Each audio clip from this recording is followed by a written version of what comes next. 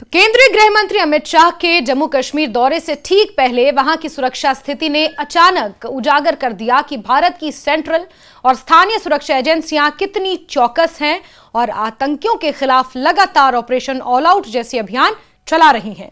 अमित शाह 5 फरवरी से 7 फरवरी 2026 तक 3 दिनों के दौरे पर कश्मीर आ रहे हैं, जिसमें वो सुरक्षा समीक्षा, सीमा सुरक्षा, राजनीतिक नेताओं के साथ बैठक और विकास परियोजनाओं के बारे में बातचीत करेंगे। लेकिन उनके दौरे से लगभग 24 घंटे पहले ही सुरक्षा बलों ने आतंकियों पर शिकंजा कस दिया था, ताकि प्रधानमंत्री नरेंद्र मोदी के भरोसेमंद सहयोगी के दौरे के लिए माहौल अधिक सुरक्षित रहे। यह अभियान 24 घंटे के भीतर 2 बड़े एनकाउंटरों की कहानी कहता है। पहले उधमपुर जिले में सुरक्षा बलों ने एक बड़ी कामयाबी हासिल की, जहां जैश ए मोहम्मद संगठन के 2 खूंखार आतंकियों को मार गिराया। ये कार्रवाई बसंतगढ़ इलाके में हुई और इसे ऑपरेशन ऑल आउट जैसी रणनीति का हिस्सा माना जा रहा है।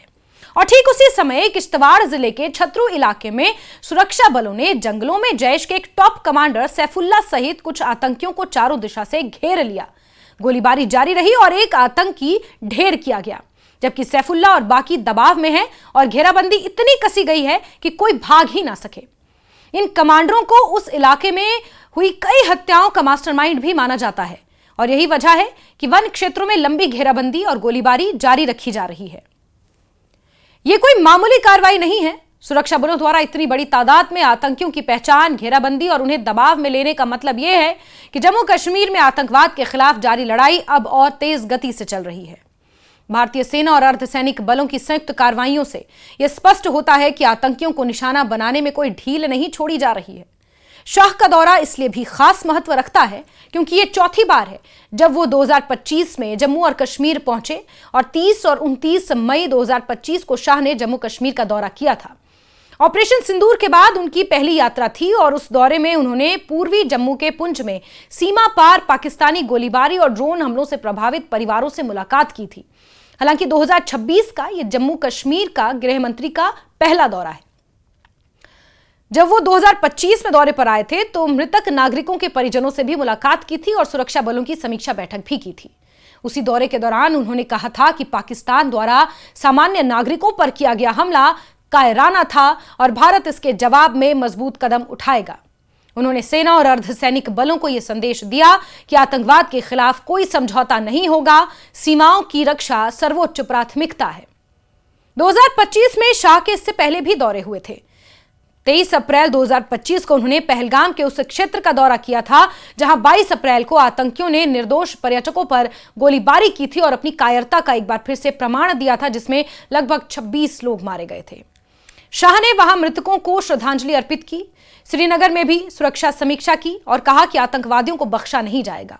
इस हमले के बाद भारत ने ऑपरेशन सिंदूर के नाम से पाकिस्तान स्थित आतंकवादी ढांचों पर सटीक हथियारी कार्रवाई की थी। इन पिछली यात्राओं और हाल ही की कार्रवाई को एक साथ देखें तो यह पता चलता है कि सुरक्षा बल लगातार आतंकवाद के खिलाफ जवाबी कार्रवाई में लगे हुए हैं और पृष्ठभूमि में व्यापक डेटा, पहचान, रणनीति का इस्तेमाल कर रहे हैं। शाह के दौरे से पहले की गई ये कार्रवाई सेना और पुलिस की ऑपरेशन ऑल आउट शैली की सक्रियता को दर्शाती है, जिसमें आतंकियों को पकड़ने या नष्ट करने के लिए जमीन पर लंबी घेराबंदियों, घात लगाकर छापों और तकनीकी सहायता से काम किया जाता है। अमित शाह के 3 दिवसीय दौरे की रूपरेखा भी इसी रणनीतिक जरूरत के इर्द गिर्द है। जैसे कि वो 5 फरवरी की शाम जम्मू आएंगे, वो लोक भवन में राजनीतिक नेताओं और कार्यकर्ताओं के साथ बैठक करेंगे। ये बैठक सुरक्षा, राजनीतिक स्थिरता और विकास योजनाओं पर चर्चा का मुख्य मंच बनेगी। इसके साथ ही वो कठुआ जिले के हीरानगर सेक्टर में अंतर्राष्ट्रीय सीमा का दौरा करेंगे और वहां की तैयारियों, सीमा सुरक्षा और सैनिकों के मनोबल का जायजा लेंगे। इसके अलावा सुरक्षा समीक्षा के लिए एक हाई लेवल मीटिंग आयोजित की जाएगी, जिसमें जम्मू कश्मीर के उपराज्यपाल, सेना और खुफिया एजेंसियों के टॉप अफसर शामिल होंगे। दौरे के आखिरी दिन अमित शाह श्रीनगर भी आएंगे। वहां वो विकास परियोजनाओं का उद्घाटन और शिलान्यास करेंगे। ये सिर्फ एक औपचारिक कार्यक्रम नहीं, बल्कि ऐसा संकेत है कि सरकार आतंकवाद को मिटाने के साथ विकास और रोजगार को भी महत्व दे रही है, ताकि युवा वर्ग को सकारात्मक दिशा दी जा सके। जम्मू कश्मीर में आतंकवाद पर देश की नीति हमेशा से जीरो टॉलरेंस की रही है। केंद्रीय गृह मंत्री ने संसद में भी ये बात कई बार उठाई है कि अब घाटी में आतंकियों का जनाजा नहीं निकलता, बल्कि जहां उन्हें मारते हैं वहीं दफना दिया जाता है। और इससे पता चलता है कि सरकार आतंकियों के खिलाफ सख्त कार्रवाई पर दृढ़ है। पिछले साल यानी 2025 में ऑपरेशन सिंदूर ने आतंकवादी संगठनों के ठिकानों को निशाना बनाकर आतंक के ढांचे को कमजोर किया था और इससे पाकिस्तान को कूटनीतिक और सैन्य मोर्चे पर काफी दबाव भी झेलना पड़ा था।